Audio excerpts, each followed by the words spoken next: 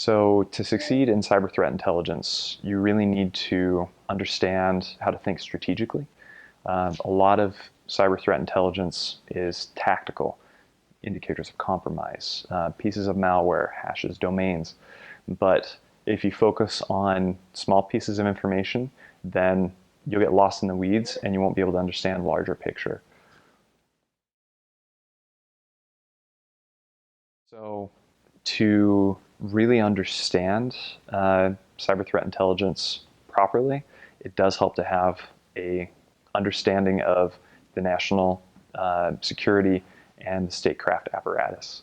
So especially in work that I do when you're looking at advanced persistent threats, those coming from China, from Russia, it is immensely helpful to understand the history of those intelligence organizations.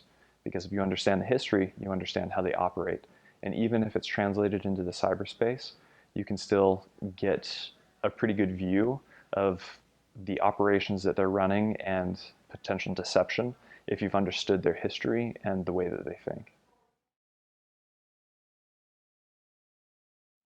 So with a base knowledge of geopolitical and national security expertise, what you can do is then focus on another area of interest.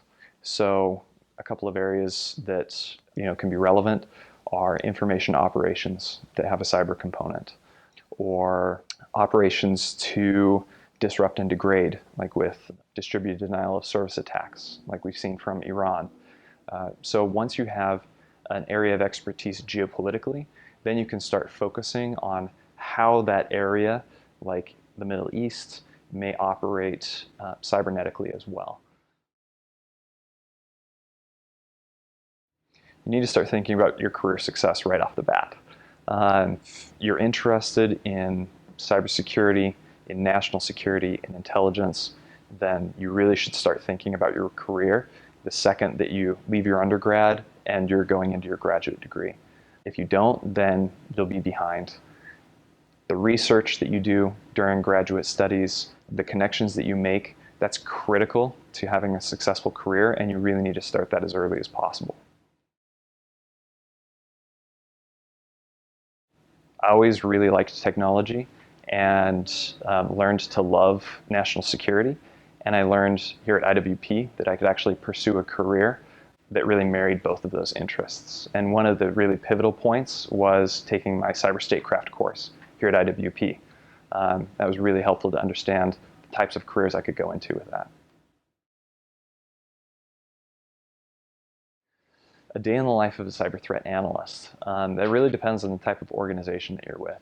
So a lot of times, depending on the type of analytics you're doing, if you're writing daily briefs or reports that are a little bit faster burn, then you may come into work, look at the new indicators, pick your research back up on a piece of malware or a threat actor, see if anyone has talked about anything online, check your networks, and then start building a report that will eventually convey really technical concepts to a non-technical audience at the strategic level.